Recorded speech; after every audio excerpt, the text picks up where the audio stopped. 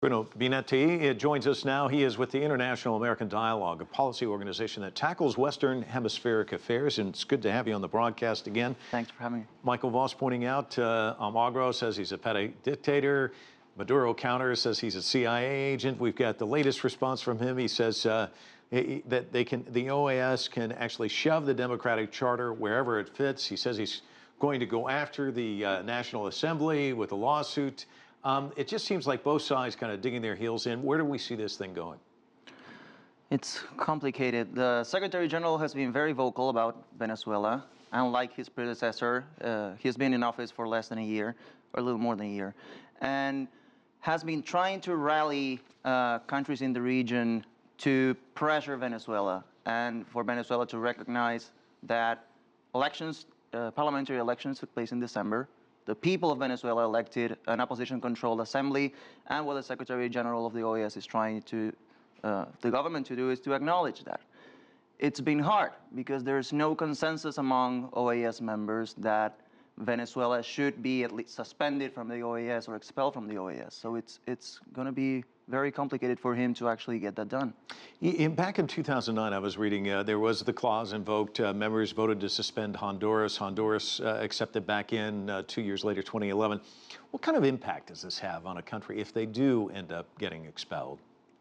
It's mostly about diplomatic pressure, about empowering civil society in the country to actually sustain their claims that democracy is at stake here. In the case of Honduras, it was easier because we had the military expelling the president, flying him to another country. It was much clearer situation where democracy was in danger. In the case of Venezuela, we've been seeing certain deterioration of institutions for some time now, and the government is strongly in control. So it's complicated to say whether, even if Venezuela is suspended, and that's a big if. Exactly, yeah. Because you need 2/3 of the members of the OAS, and so far that's not there. Let me ask you about the crisis in Venezuela. I mean, there's so many issues at stake, and it seems like you really can't make any headway if you have a National Assembly and the president at odds, and then this also being added to the stew.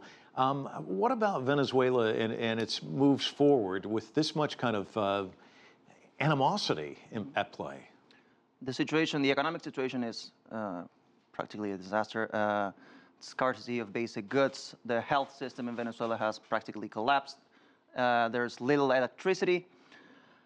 And the problem is, while this political tension continues to rise, it's impossible to tackle Venezuela's real problems, which are this. This is what part of the international community is saying. At least bring some kind of political agreement to start solving Venezuela's real problems, because otherwise you will have a humanitarian crisis, and that's already starting. There was talk about perhaps secret meetings to government opposition in the Dominican Republic. I imagine this doesn't advance that much. Where do you see those going? It could help if, for instance, when the OAS gets together in the next couple of days after what the Secretary General asked them, if the OAS brings some kind of institutional support to that dialogue, that is right now one of the best shots of some kind of agreement. The government and the opposition are not talking to each other, they're talking through mediators, a former Prime Minister of Spain, President of the Dominican Republic, and former President of Panama.